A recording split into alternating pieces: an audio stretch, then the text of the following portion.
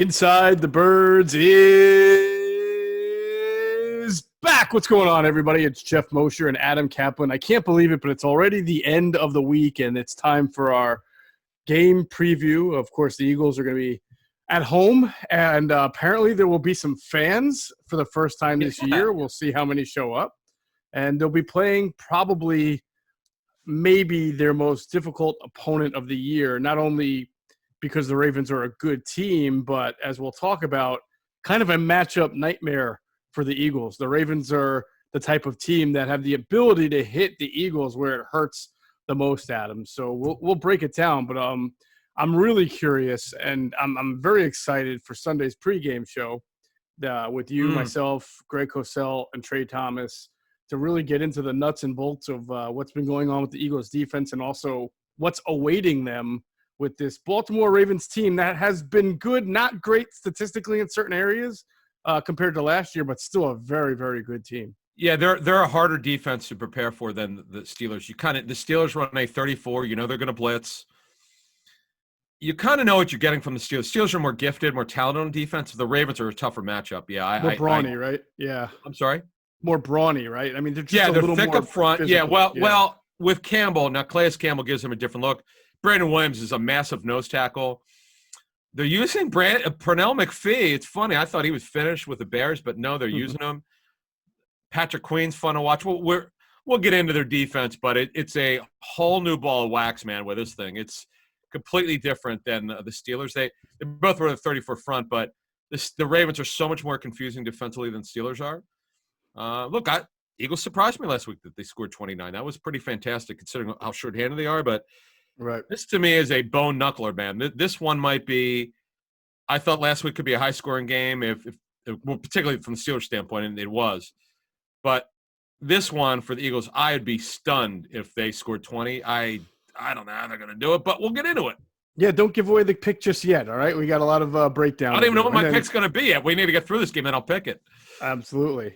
So, again, a reminder, we'll be at the Goose Island Brewhouse in Fishtown, which we are every game day, and we'll be there starting at 10 a.m. till noon, taking you right up until noon with our pregame show. That also features Greg Cosell and Trey Thomas getting a lot of accolades for how well our show breaks down games and avoids the fluff and only talks football. So make sure you check it out on our YouTube channel, our Facebook channel, or our Twitter channel. I think the best place to watch it personally is YouTube. You can put it on your TV especially.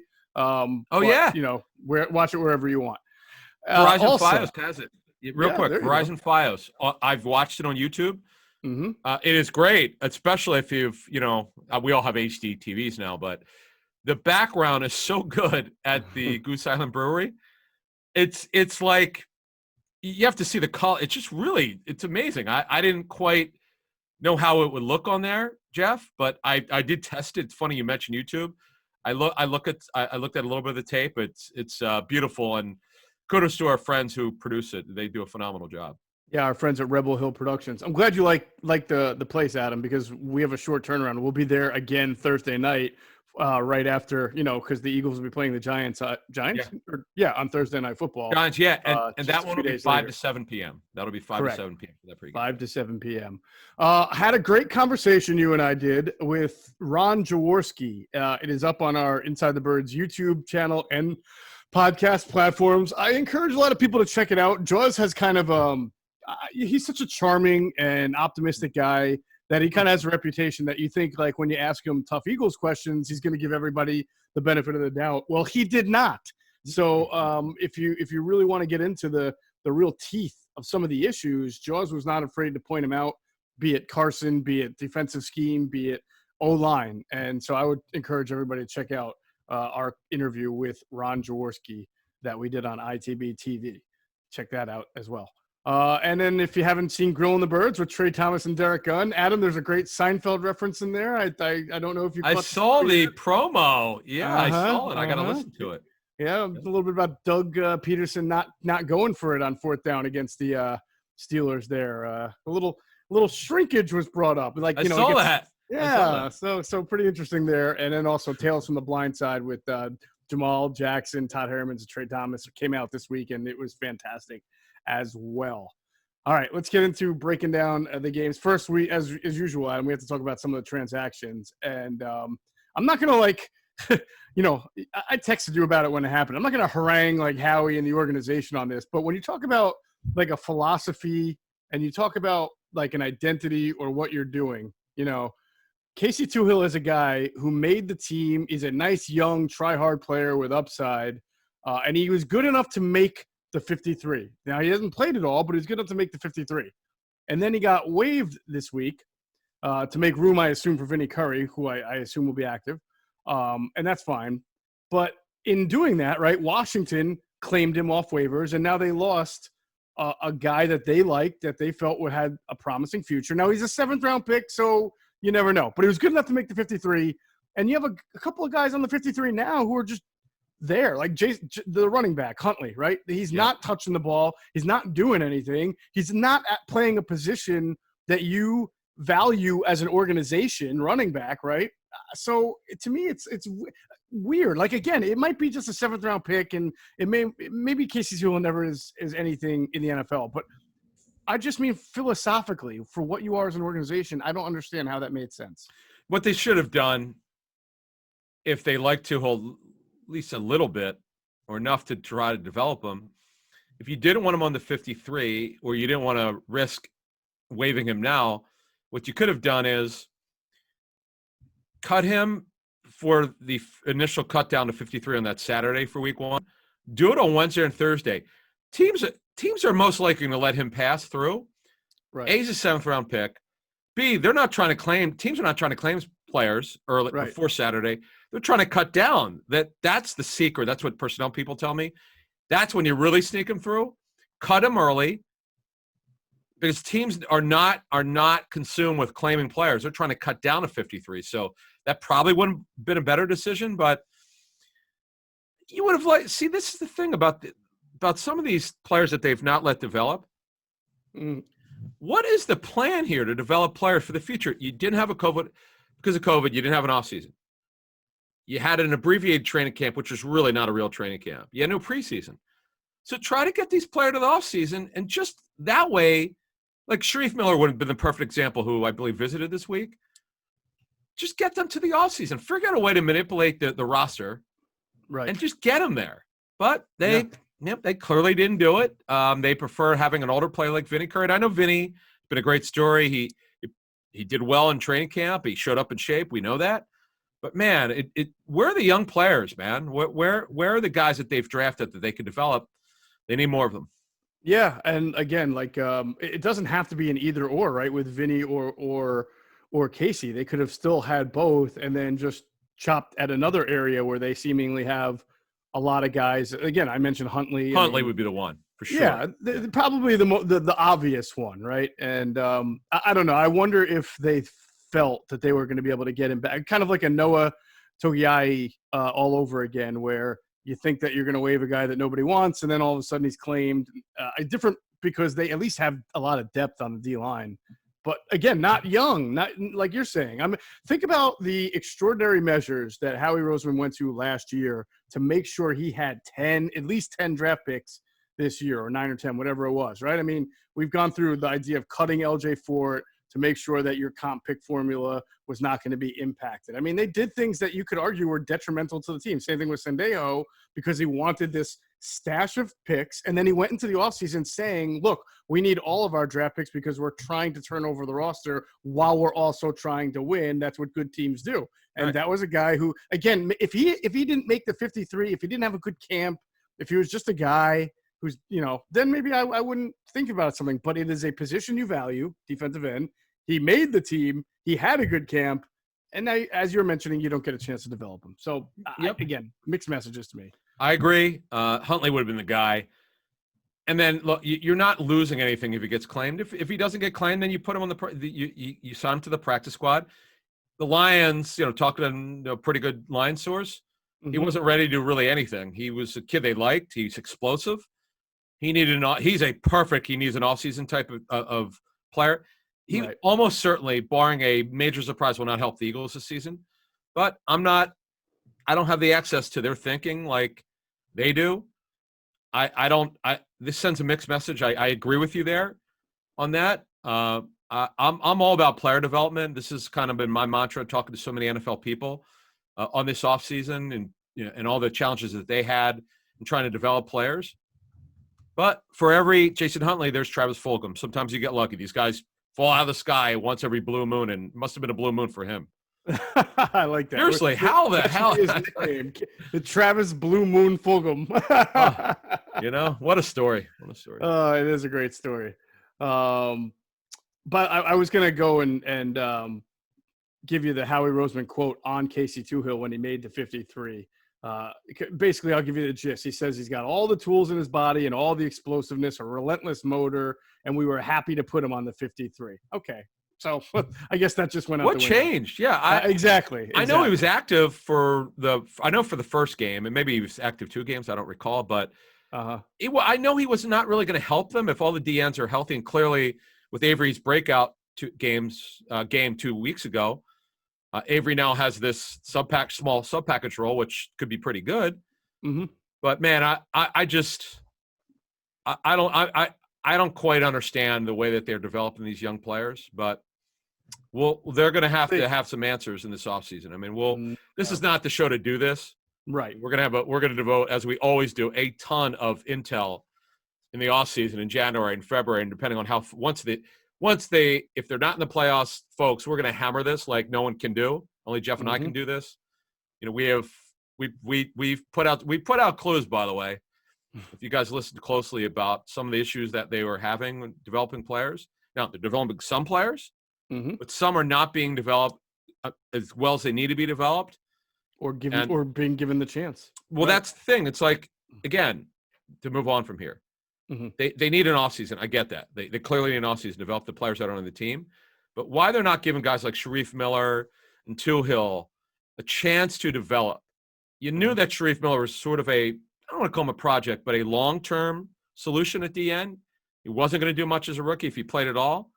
He wasn't quite Davion Taylor in a lack of development, but he had all the tools in terms of length and athleticism. But Geoff?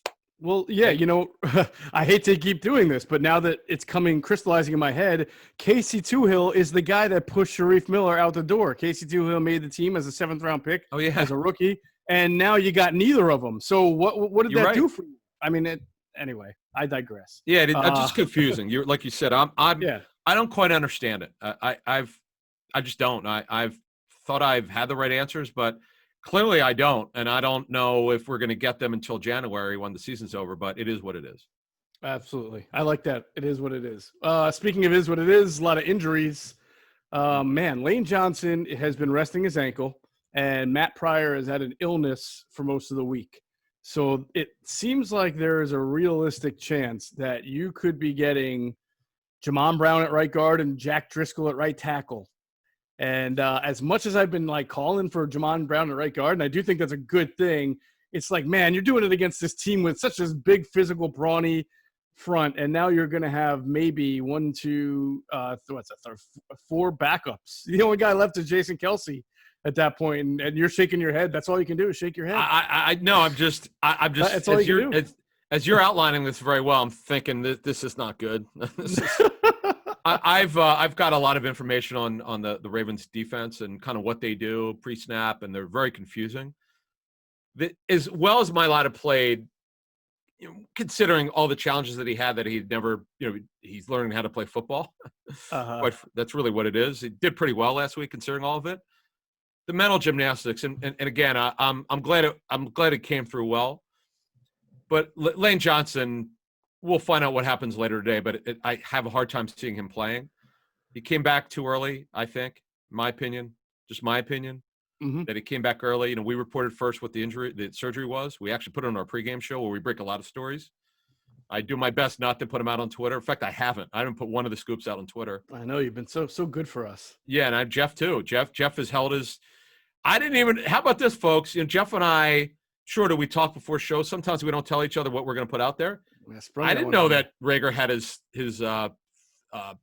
cast off his thumb. Yeah, 2 weeks ahead of schedule. Yep. What's that? He was 2 weeks ahead of schedule. Yeah, it's good. That was a good nugget. I didn't know that. So, we owe it to you guys to not see. One of the reasons why I don't think people watch pregame shows as much there are all sorts of reasons. One of them, when I worked for ESPN, I did my best, unless I was breaking a story, not to put it out on Twitter. When I was on NFL Insiders, I was like hell bent. I'm not putting all my information on Twitter. Why would you watch me if I'm putting it all out there, right? There you go. I agree. That I want to reward. Well, I mean, aside from your good looks, I mean that would be one. Well, this weight loss is, I'm getting at least getting. I don't get the finger from women anymore. Like, oh, okay. Anyway. At least not for that reason. I hope my wife didn't hear that. Anyway, I'm sure. Yeah. I'm sure Mrs. Kaplan's an avid reader. I mean, she didn't take my last name. The Birds. She. Okay. Anyway, I gotcha. We'll call her Mrs. Kaplan to protect the innocent anyway. Yeah. All right. Wide receivers, at least they may be getting healthy in that department. We'll have to see. I mean, you and I think, were the most skeptical about Deshaun coming back in a week, maybe than anybody in this city. No, but I mean, I had the story. We put it on our show. Grade 1 hamstring strain. I was told up to 2 weeks. This will be the third week. I'm told he's doing real well. Okay. They want to see how he does in Friday's practice. This is just an opinion, not a report for those quoting us. If you're going to or just thinking about quoting us, just want to get this clear. I'm not saying he's playing. This is the closest of the 3 weeks he's playing that he'll play. I would say there's real optimism that he'll be able to play. But what I don't like is he hasn't practiced fully. Right. If he practices fully, he'll play on Sunday, barring a setback. That's my opinion. Knowing what I know about where he's at, I just know that the sense is there's real optimism here. Jeffrey, he would have practiced last Friday if he didn't have illness. I know for a fact he looked better this week. I'm not him. This Liz Frank injury, it's same one that Deuce Staley had in 2000 maybe. Mm-hmm. When John Clayton first reported. I never heard of the surgery or the injury, but I've done a lot of reporting on it. The Liz Frank separation of the midfoot is a very odd. It's a very odd break. It's just it has to. You can't. It's not like a normal broken foot. The midfoot heals differently. That's why it takes so much longer. It's more months than weeks. But look, our reporting was correct because the team thought that he would be back before the week 7. That's why they didn't have him on PUP for to start the season. But I'm a little bit surprised it's taken this long, Geoff. So there's no given here that he's going to play. No, and the weird thing is that he continues to be limited in practice. Yeah, and right. You're coming up on game number 6, right? And if he doesn't play in game number 6, then you ask yourself, why did you put him on the 53-man roster instead of just putting him? I will say though, in their defense, they had the right information. They're just this thing is tricky. This Liz Frank injury and recovery, it's as we reported when it first happened, it's 9 to 12 months. It's not 6 to 9. Right. Okay, you're the 10th month right now. Right. They were pretty optimistic from him running and not having any issues really. For what he was allowed to do in August, boy, they were pretty confident. It could be as early as week 3 that he comes off, but bottom line, he wasn't ready. And this one, as much as we've criticized some of the long rehabs, with Darren Sproles, we had some intel a couple years ago, and right, we put it out there for those of you who've been with us from the beginning. We've been very critical of the long ass rehabs for some of these players. Should never happen. I run this stuff by people I really trust in the medical community who work for NFL teams and have worked for NFL teams, and they had a history of some stuff taking way too long. But I don't put them on Jeffrey because it is one of the hardest injuries to get rehab and evaluate and get him back. And here we are. Here we are. All right. Well, we'll see if they play. Other injuries, Avonte Maddox still limited in practice, or was he limited, right? Yeah, he was limited. Yeah, Duke Riley. Yeah, we should mention Duke Riley. He got hurt and didn't finish the game. This is not good. He actually did some good things. I know it's hard to believe. In this last game, I don't grade linebackers ever. I just don't. I'm just not proficient at it. There's certain positions I could grade. Quarterback especially I could grade just because I've watched probably 20,000 hours in my life of coaching tape. So at least for a layman, I know what I'm kind of looking at. Duke Riley can move. He's inconsistent, and he's another guy that if he plays in this game, you're going to see they're going to go after because on the run, the run scheme is so tricky. But they need him, man. This is This linebacker group, man, any positive play, because he's one of their nickel linebackers. They need this guy. Right. If he doesn't play, then your nickel, I assume, is going to be Nate Gary. We'll get into that. And Alex Singleton. Yeah, he played well, by the way. And I was just talking to Greg Cosell before we were on here. He actually mentioned him on the Fantasy Points podcast that or Zoom session, whatever John Hansen calls it. It was great. It was an hour and a half. But we were talking about the Ravens D, and he did say, Eagles D, he did say that Singleton played well. And by the way, we put it out there on our show. The best two linebackers in training camp were Singleton. Who the hell was and the Edwards. other guy? And Edwards. Edwards. Yes, thank you. Yes. Yeah. Who I don't know why he doesn't. Sideline. Why doesn't he play more? I have no idea, but he's about to. Obviously, with Duke Riley not playing, and I think. Well, I don't know if he's not playing. I don't know. Well, I'm sorry. With Duke Riley a little banged questionable. up. Yeah, questionable. I think he's going to wind up playing a decent amount. I mean, he's definitely going to play in 3 linebacker formations anyway, because it'll be Gary. If Riley plays, it'll be Gary, Riley, and Singleton. And the Ravens are a base offense type of team, so you imagine Singleton will be out there a decent amount anyway. So we'll have to see. But yeah, I'm surprised that he doesn't get more playing time over guys as well, and maybe something will change there. We'll get into that. And man, Darius Slay's got. Hopefully, he will be all right, because if he does not play, he's in the concussion protocol. Look, the Ravens don't have explosive receivers, but they have one who's they have one. They have one, and that's why you need Darius Slay on that Hollywood Brown. Exactly, and I love him for fantasy. He was one of my breakout guys. Same with me. Yeah, he should be doing better than he is, but Lamar Jackson's been an issue. He's not been very accurate this season. We'll get into that. For whatever reasons, it's hard to understand. But Slay, though, at least he's progressing the protocol pretty well. In fact, he was on the field practicing on Thursday. You can't put him full yet until he does everything. But that's a good sign, John. I mean, Geoff, that he gets cleared. But we'll see. It's like you said, if they don't have him, oh my God, because if you saw what Fulgham did last week, if I'm Greg Roman, I'm dialing him up for 20 targets. Hollywood Brown. You would think that. Yeah. I was able to watch a little bit of the tape too on the Ravens this week. So interesting offense, and he's a good player. And it's weird because with Hollywoad Brown, he's caught some shorter passes this year. Usually, you kind of think of him last week, but Deshaun Jackson play. Right, he had a red zone wide touchdown. Open though. They didn't cover him. The Bengals. I was like, well, they probably didn't think he was going to run that kind of. It was funny. He was looking around and he just it was kind of funny. Like the Bengals defense is so bad, but anyway. Yeah. You want to get into it? Yeah. Of course, we tell you all the time, make sure you're checking out PHLSportsNation.com. They are enhancing the fan experience with their coverage of the Eagles and the Flyers, the Sixers, the Phillies, even the Philadelphia Union. So make sure you're checking them out, PHLSportsNation.com. Great content, some great podcasts.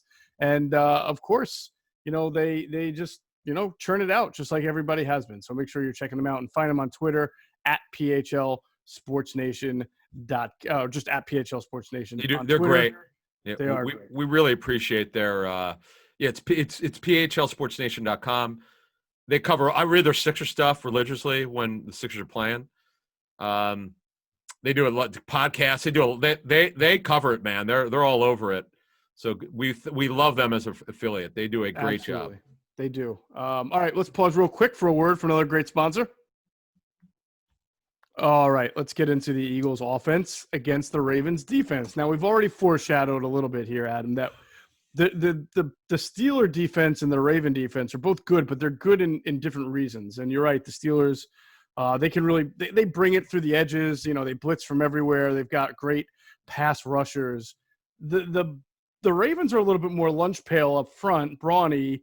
They can rush the passer, but they do it in a little bit of a different way. But their secondary, to me, is far more talented than the Steelers secondary, and they got some good physical corners. So I think this is going to be the big test for Carson Wentz and Travis Fulgham as they move forward with their connection and relationship, because Fulgham is going to see a lot of actually, I don't know. Here's what's interesting. Against the Bengals, and I don't know if the Ravens always do this, but they put Marlon Humphrey, maybe their best corner, on Tyler Boyd and kept him in the slot. I don't know if they'll do that against the Eagles. I would think that they would keep him outside against Fulgham. Yeah, so what Marlon Humphrey, when they go to nickel, goes inside. Mhm. So, and Tyler Boyd's their slot receiver for the Bengals, so you can understand why they did that. Marcus Peters is amazing. He was so bad with the Rams, and he gets traded to the Ravens, and it's like new lease on life. He's tremendous. Right. You know, you're going to laugh at this one. Not that Sidney Jones is, even a player at this point, but Sidney Jones got a new lease on life, and Greg Cosell said he played great last week. We're going to have to talk about this. We're going to have to talk about this on the pregame show. This is definitely going to get addressed on the pregame show. Yeah. It's really weird how guys leave Philly, or every team has this happen, but we're going to have a list together. It's funny you bring that up because I have a list of the players I've been working on it this week. Mm-hmm. It's something in my craw. I know people want us to address all the issues with decision making, and this is more for the off season. Right. But I do want to. I'm so glad you mentioned that because there's a pattern here of them now. Jones played his way off the roster. I have no problem with him getting rid of him because he didn't play well. He just never lived up to it. They're so bad at corner right now, opposite Slay. Some because of Maddox's injury, and plus he's better as a slot corner. And Douglas playing like every snap 2 weeks ago, and now that the Panthers love him, it's like how does this happen? Right, I agree with you. I have less concern. This is something we will get into in the offseason, especially if things continue to spiral downward.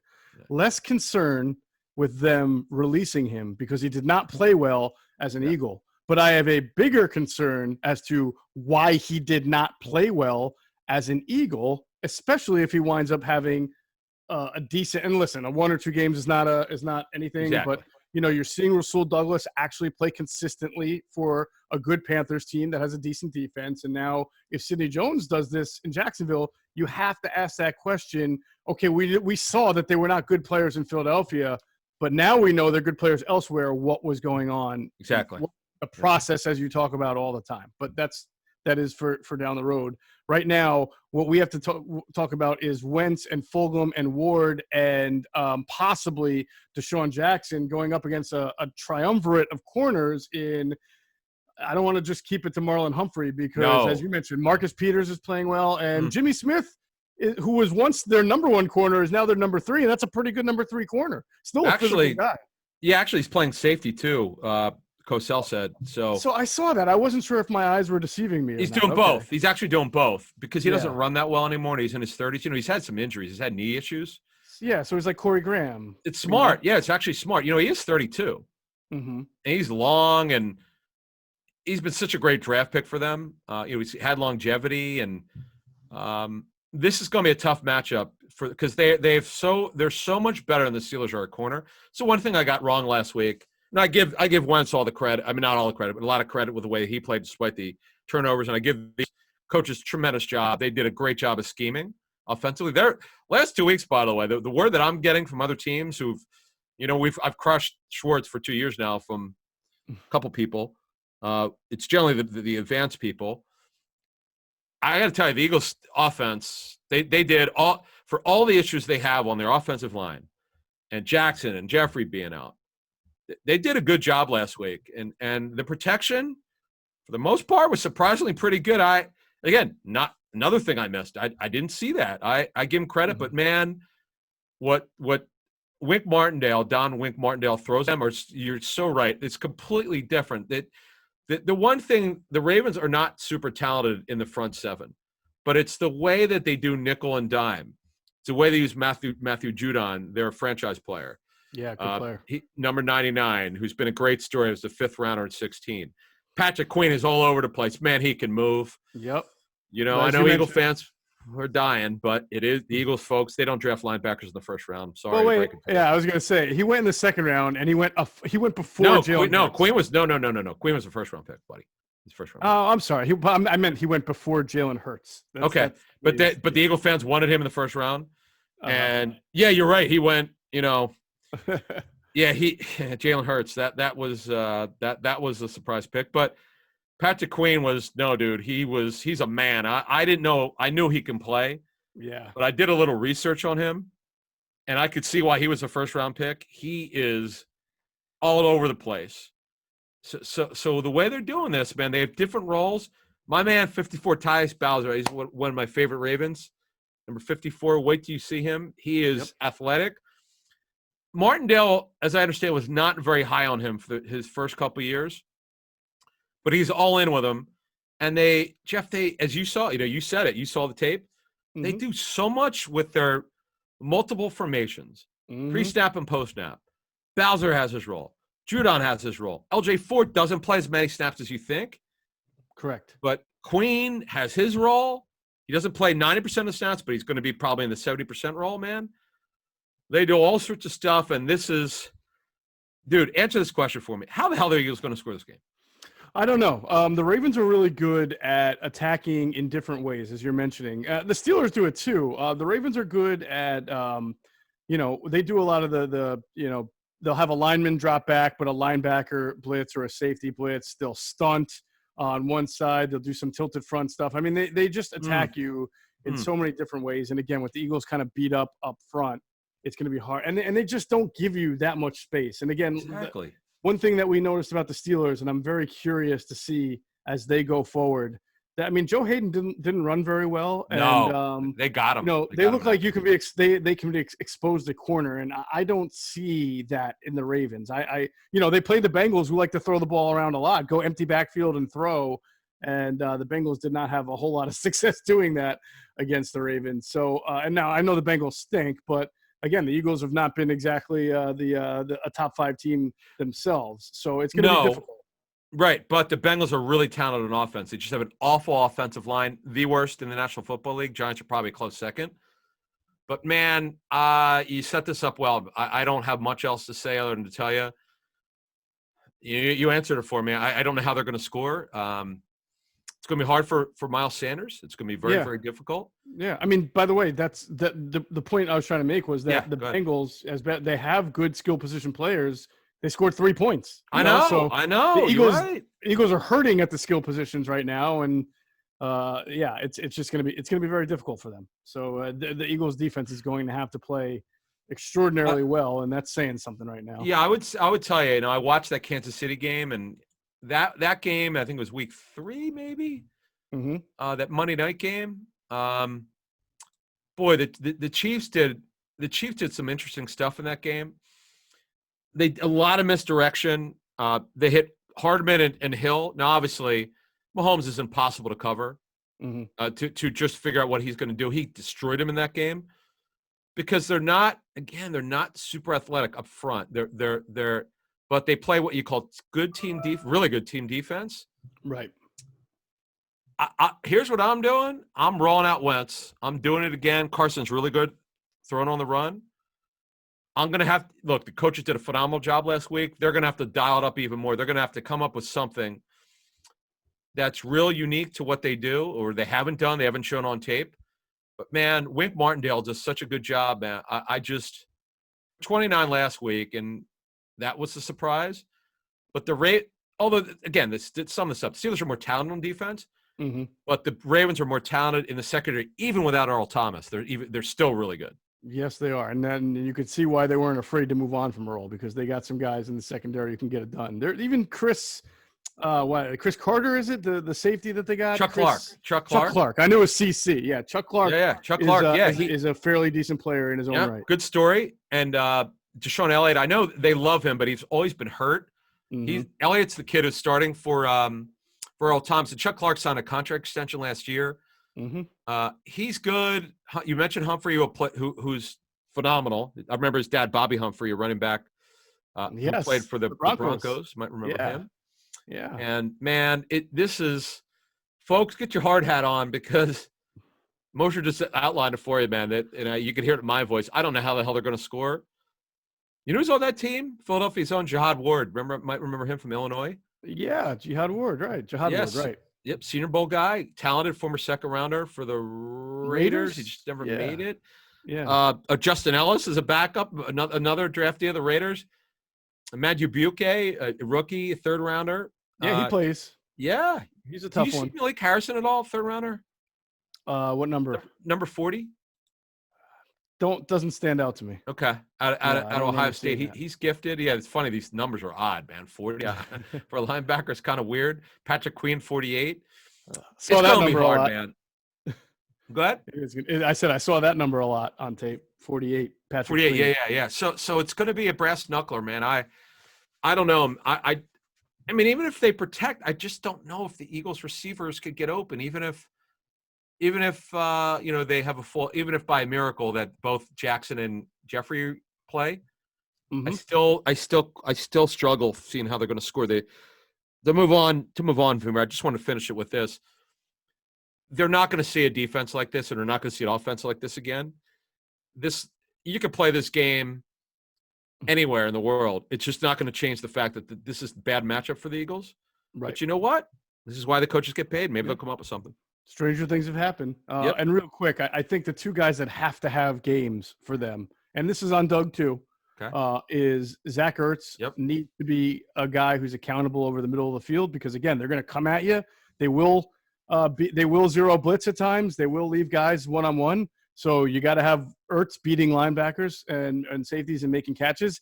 And Adam, if they don't try at least one screen to Miles Sanders with how aggressive the Ravens play and how aggressively they come at you, if you don't try one, I get it. You got 4 backups on the offensive line. It's tough. You need everybody in sync. Man, try one. Just practice it like crazy this week because there's opportunity there. You get Miles Sanders and a couple of big guys in front of him. You saw what he did on his own against the Steelers. This is an element of a screen is meant for a defense like this that's going to come at you. You got to throw it. If I'm the Eagles, and I know Mahomes is not a bad comp to Wentz. I mean, Wentz is athletic, but nothing. Mahomes does stuff that you can't really mimic. But they had to find something. Edwards-Helaire beat them on a wheel route. I remember that. Mm-hmm. In that game. You're right, man. That's a good point. You can't just say you can't do it. Okay, you can't say you can't do it. You got to try. That's what practice is for. I'm sorry. That's what practice is for. Right. So I don't know, man. I wouldn't be surprised. I was so pleasantly surprised at plus for fantasy how the Eagles were able to move the football with the Sanders run. Now that was a shocker because that was a sprint draw. Right. And on a third, like Mike Tomlin, they were shocked at it. They just, they were surprised with it. But let me ask you a question before we move to the other side of the football. Would you spread the Ravens out if Deshaun's able to play? There's no Goddard here. Would you go more 11? Yeah, I would 11, and I would seriously consider doing a lot of empty backfield. Empty, okay. Why? How so? Why? Because A, that helps Carson get rid of the ball quicker. B, you've got you'll have 5 guys out there, and it kind of it stresses the defense. And if you go empty backfield and they want to blitz, it limits how many people they can blitz because you have all 5 guys out there, right? And so if they're going to try to blitz, then who are they blitzing with at that point? It's easier to block it up. Well, first of all, your quarterback knows when you have empty backfield that he's only got about 3 seconds to get rid of the ball anyway. Or else he's going to 2.2. Yeah, maybe 2.5. Really, yeah. So I would try to. You can actually do that with an up-tempo-ness to your offense to try to tire them out because you have to try something. I agree. I would. That's why I asked because I personally would spread them out. Right. It also helps you play ball control because you're not usually stressing. You mean like dink and dunk? Deep. You mean like okay? Yeah. When you're empty backfield, you're usually not running up. You're not throwing a ball 20 yards downfield. Right. You're not. You're right. You're not going to take because you don't have protection. You can't take a 7-step because you don't have. Most likely you can't or wouldn't. Right. All right. That's good stuff, man. You want to go to the other side of football? Yes, absolutely. Let's talk about defense first. Let's talk about the fact that Week 5 of football is in the books. And now it's time to review the tape as we've done and get ready for Week 6. And there's no better place to get in on all the action than with DraftKings Sportsbook, America's top-rated sportsbook app. To add to the excitement of Week 6, DraftKings Sportsbook is bringing back their can't-miss offer. And if you haven't tried DraftKings Sportsbook yet, head to the App Store now because you don't want to miss this. DraftKings Sportsbook is giving all new users the chance to receive a sign-up bonus up to $1,000. And on top of that great offer, on top of that great sign-up offer, DraftKings also offers great odds boosts every Sunday to help you make it rain. So don't worry if football isn't for you because DraftKings is giving all of you fans in any sport a 200% profit boost on any market once you sign up. DraftKings is safe, reliable, and secure, making it easy for you to deposit, withdraw your money at your convenience. Download the DraftKings top-rated DraftKings Sportsbook app now and use promo code ITB when you sign up and get up to $1,000. That's code ITB to get a sign-up bonus up to $1,000 for a limited time only at DraftKings Sportsbook. Must be 21 or older. Pennsylvania only in partnership with Meadows Racetrack and Casino. Bonus comprised of a first deposit bonus and a first bet match, each up to $500. Deposit bonus requires 25 times playthrough. Restrictions apply. See DraftKings.com/sportsbook for details. Gambling problem? Call 1-800-GAMBLER. All right, let's get up into this great Eagles defense against this Baltimore Ravens offense. I said that a little bit tongue-in-cheek, Adam. Great Eagles defense. It is not. But I like the chess match here, right? You have Jim Schwartz, who's struggling lately, but considered one of the better defensive coordinators in the league, against Atlantic City's own Greg Roman, who has who has done a phenomenal job as the Ravens offensive coordinator. It's a nice little cat and mouse. Awesome. Yeah, he's I whenever I run into Coach, I love talking football with him. He's awesome. He's very dry sense of humor. He is the one run game that teams simply cannot figure out. They just it's sophisticated. There are not a lot of tells. Like he's going to do pistol, zone read. He's going to have Gus Edwards. You might remember him if you really follow college football from Rutgers. I think he's number 35. He's a really interesting player. Patrick Ricard, who was at smash mouth fullback, number 40. He's a kid who would play fullback and D tackle. I think he's just playing fullback right now. Ingram's their starting running back. The only thing that's confusing is they don't have a rhyme nor reason to the way they have their rotation's all kind of weird this season. If you're in fantasy, it's impossible to figure out. Ingram's clearly their lead back. Dobbins is like a changeup, but he only gets like 3 or 4 carries a game. Yeah, I'm surprised by that. Yeah, it's weird. And Gus Edwards again is their up back. I mean, he gets his 5 to 7 carries.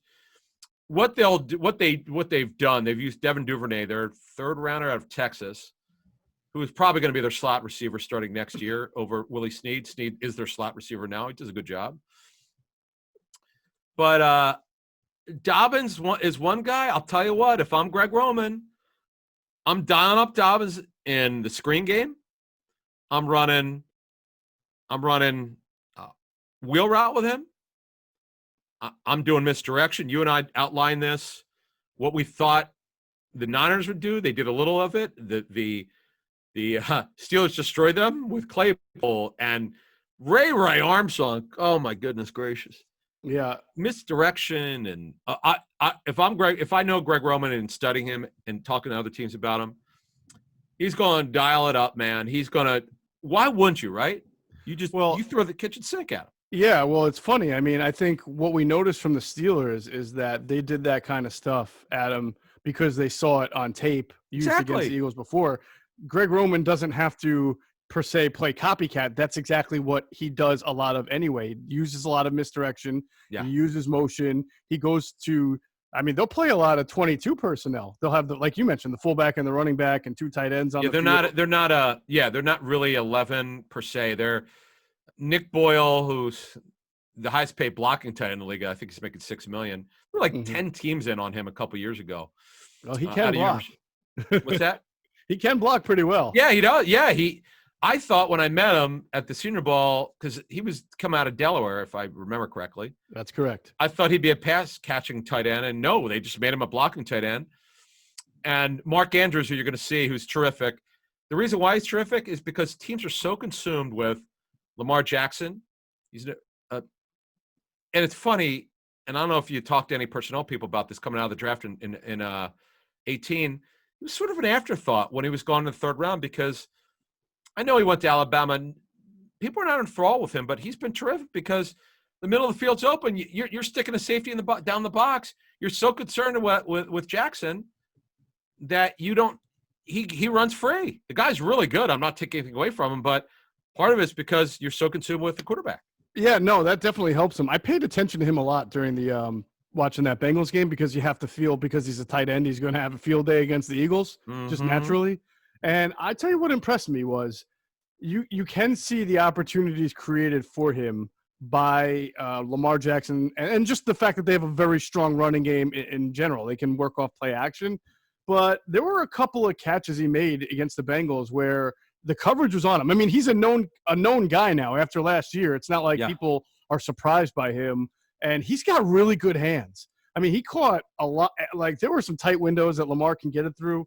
And he fought off a safety, I think, to catch his touchdown last week, where there was just not a lot of opening. It was a great throw, and he did a nice job using his body to put himself in front of the defender to get the ball. So he's the type of guy who has I mean, if Tyler Higbee can catch 3 touchdowns against the Eagles, Mark Andrews can do even worse, right? So this is why we say it's such a difficult matchup, because the Eagles have to get more linebackers on the field to stop the run, which is not their strength. No. And then when they do, all it takes is a couple of first and second down play actions. And as we've seen for a couple of weeks, these guys are out of position all the time. I mean, this has got to be the matchup that you're worried the most about. No doubt about it. Now, if Slay plays and it's really good sign on Thursday, we'll see what happens later today, what he does and doesn't do. But if Slay doesn't play, this is going to be ugly, because that means Hollywood Brown is going to kill them. You set it up so well. Andrews should kill them. Ebron sometimes can be a train wreck as a tight end. He drop passes. He's been an underachiever. He had the monster season for the Colts a couple years ago where he had like 14 touchdowns, but he had the bad fumble. He had a couple bad plays last week, but Mark Andrews is a better football player. I'll tell you, though, Dobbins, I could see. I know he hasn't really done much this season except for one really, really good game. I could see him being a much bigger factor this game. And I could see Devin Duvernay on end around. I could see Hollywood Brown on jet motion, because the Eagles are getting – if there's a record for a team getting jet motion to death, I think the Eagles are setting it. Yeah, Duvernay had like a 35-yard end around against the Bengals, and I'm just thinking, oh, man. I'm like, oh, man. Look for 2 of those against the Eagles, man. Yeah, 42-yarder, man. Yeah, 42-yarder. And is that what it was, 42 yards? The only thing – now the Eagles have made everyone look good against them. Lamar Jackson's inaccuracy this season, it's hard to understand. I love watching – his deep ball is beautiful. Mm-hmm. He's a little bit off here. I think he did not benefit. They're going to really expand their passing game this offseason, and they didn't have one. Mm-hmm. He is definitely not looked as sharp. I agree with you. The one area where I thought the Bengals actually did fairly decently, I mean, I think they only had 2 touchdowns against the Bengals, if I'm correct, right? Or did they have – Yeah, Jackson had 2. Yeah, Jackson had 2, correct. No, I think Andrews had one. Brown and Andrews. Yeah. So one thing I noticed, and I'm going to say something unpopular here, but I think Jim Schwartz needs to blitz. I think he needs to blitz Lamar, because oh boy, I know you can get burned by it, but he is not 100% sure where he's going with the ball all the time. If you can get bodies on him, you can see he gets jittery. Now, sometimes he gets jittery and he runs and you're dead. I get that. But it's better than just not letting him. If he sits there and has time, he has a really strong arm. He can thread a lot of windows. I'll tell you what, he throws a beautiful ball. He's a great kid, by the way. What was Cassell saying? Greg said on Thursday night that what the Chiefs did, and Jackson had an awful game against the Chiefs. I mean, I was stunned how off he was, and it gives Spags credit. He had a great defense. He said they played man, and they got after him, and it worked. Now, obviously, the Eagles are playing a lot more man than almost every NFL team. So I'm fascinated to see how Schwartz played. This, to me, is such a great matchup. It's Greg Roman against Schwartz, 2 veteran coordinators. The Eagles' defense, their secondary in particular, they're giving up big play after big play. Their linebackers have been horrendous. We know that. Everybody knows it. I would say this, though. If they could be fairly disciplined, I know it's a lot to ask, but Schwartz is a talented coach. I feel that he usually rebounds pretty well after a tough game. If he can do that, they got a chance to hang in here. Because the Ravens, and I've looked at this, and there's definitely truth to it. They're a front-running team. When they're ahead, They crush you because of the way that they play offense. So they play from behind. They're just not made to play from behind. They don't do it very much. Right. It's kind of weird. They're just like out of sorts. They were so bad against the Chiefs. I was shocked at how bad they were when they got behind. You saw how bad they've been in the playoffs. They're a front runner. I know it's going to be next to impossible for the Eagles to score 20 points in this game, but maybe, I'm leaving up to Peterson, who's coming off a great game of game planning and play calling. I know it's tough, but I trust Peterson. I think he's going to come up with something. We'll see who's going to be able to play. But just getting back to the Eagles defense, before we finish this out here, I like what Cosell said, that Spags played man and they were very aggressive defensively. You know what? You don't have to worry about, okay, we talk about Hollywood Brown and Andrews. Okay, Dobbins, just be careful because he could get you in the pass game. He's very explosive. By the way, Eagles loved him for this year's draft. We know what they did the second round. It is what it is. We'll see how it works out over time. They could match up a bit at the receivers, but the problem is the sophistication of that run game, the misdirection, the disguise pre-snap and post-snap. What you think you're getting, you're not getting. It's so confusing. You know what? One more thing, which I love. You don't have to worry about this on all 22, but TV copy, sometimes the camera is confused. They think someone else is running, and it's actually Jackson on the other side. It's actually kind of funny when this happens. Yeah.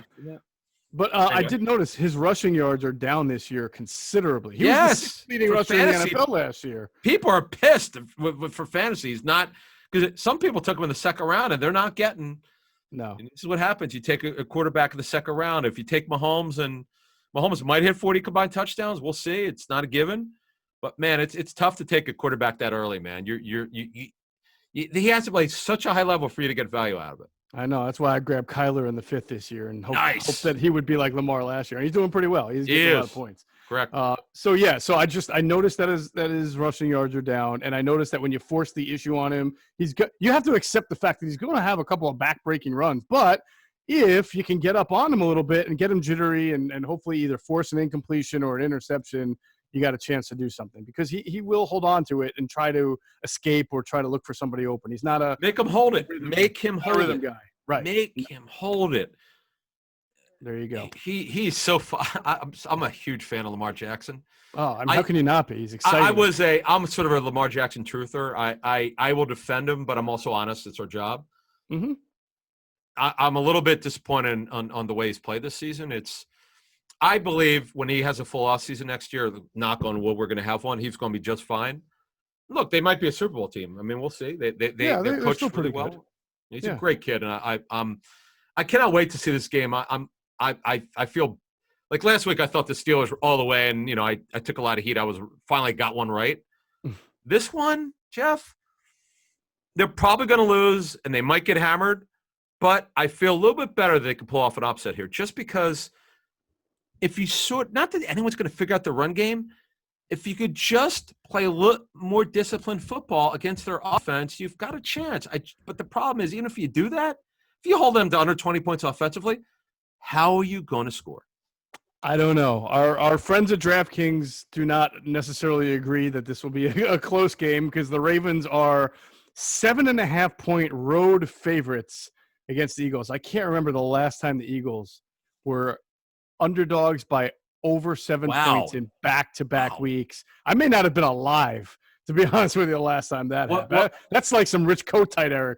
I was alive then. Do we know why? Do we have any idea why they're such a huge favorite? The Ravens? Yeah, okay, I get they're better.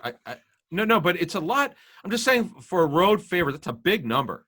Yeah, it's a big number. I mean, the answer is the respect factor. I mean, the Ravens and the Eagles have just not played well. I mean, the Eagles played one of their best games of the year last week, right? And they lost by 9, right? So they gave up 38 points on. Yeah. I mean, and then a couple of more guys got hurt. So I think it's fair. We'll see what happens. And hey! One thing though, the Eagles have a really good run defense. Save the Ram game they didn't, but overall we know they're good. Now I know that this, folks, if you have any access, if you have the NFL.com package, you can watch the tape. Watch the confusion. I've seen it. It's really cool to see defenses try to figure out what Roman's doing. It's really great when other than the Chiefs game where they got shut down, it's really funny to watch defensive linebackers and safeties who are trying to blow up the run game where they go the wrong way because they don't know what they're looking at. It's really funny. Right. Well, all right. It's time to get in our prediction part of this podcast. I'm going to let you go first. All right. By the way, the total on the game from DraftKings is 47.5, which is that's a lot. No, that's a low total for today's game. I mean, most games are in the 50s now. No, but because the Eagles are probably going to not score 20 in this game. So 47-0. No, why did you have to tell me how to go first? All right. By the way, I've made you go first every podcast. I know, but I was hoping you would go first because I have a hard time coming up with a score for this one. Oh, okay. I'm gonna go 24-13 Ravens. The Ravens. All right. That is definitely the under. Me, I'm Mr. Under. I know Ravens will cover. I went under as well, Adam. You know how I'm Mr. High Score Game, but this year, what was your score? I think I was 27-17 last week. I don't know what the hell I was, but go ahead. What you want to know what you were last week? I can look it up. I don't remember. I thought it was 27-17, but I could be wrong. I'll check on that in a second. But I am also going under in this game, and I'm going to say the Ravens 27 and the Eagles 17. So kind of like last week, a 9-10 point type of game, but in the end of the day, just not feeling it for the Eagles. I'm with you. I'm trying to come up with a scenario where the Eagles could steal this one. It would be stealing, as Vegas says. You said it. The line is for DraftKings 7.5. Yeah. If I just knew that they had a way of finding a way to score, I just don't know. Because Mahomes is such an outlier. Mahomes is so different from Jackson, and people try to compare. They're not. They're not even different. close. Yeah. So anyway, I can't find anybody close to Mahomes right now. No, and no one's like Jackson. It's going to be fun. I hope it's competitive. I hope it's a good enough game where we don't have to come out. Oh, geez, they lost 30-0. Geoff, we were right. We thought they'd lose by 10 or more, and that's what happened. But every once in a while, they scored 29 points against a good defense. But as we've said to close us off, the Ravens have a much better secondary, and it showed. No doubt about it. By the way, last week you picked Steelers 27, Eagles 13. 13, okay. Yeah. So this week you picked still Ravens, covered. Very close, 24-13. Right. Yeah. And I'm going 27-17 Ravens. And that's going to do it for this episode of Inside the Birds, the leading podcast in Eagles Intel. Big thanks, as always, to our producer, Hunter Brody. Check him out on YouTube, Sports Talk with Broads. Check out his Twitter account, @Broads81. And make sure you're checking out the Inside the Birds live, or Inside the Birds pregame live Sunday at the normal time, 10 a.m. till 12. And come by, see us at the Goose Island Brewhouse in Fishtown. Yeah. Hey. It's so weird because it's in Fishtown. I have to be candid here. People must wonder why I pause. Like the fact that it's Goose Island and in Fishtown. I can't tell you how many times I want to say like Fish Island in Goose. I actually was calling it Goose Island Brewer, but it's Brewhouse. Yeah, Goose Island Brewhouse in Fishtown. It is such a great. We're so blessed. Thanks to Josh Weinfeld, our business manager, for finding them. They're awesome. Great hospitality. That Niner for that Sunday night game, Geoff. I cannot believe how big the crowd was. Well, we'll get another big crowd in a few days after. And it's going to be. There's no rain now. There's the last time there was rain, but not this time. It's supposed to be clear on Sunday. Low 60s, home field. Look, by the way, by the way, if you're one of the 7,000 plus going, come by. Our traffic should not be bad. This is actually a great idea. Come watch our game. Come watch our show. At least at minimum, stay for the first hour. There's limited tailgating or no tailgating, I guess. So anyway, why don't you come to our show and watch it on the big screen, right, Geoff? There you go. I think it's a perfect idea. Done. The game before the game. The show before the show. Get ready, man. I would if I had season tickets. Come on, man. Let's go. There you go. All right. As always, we thank you for flying with us inside the bird.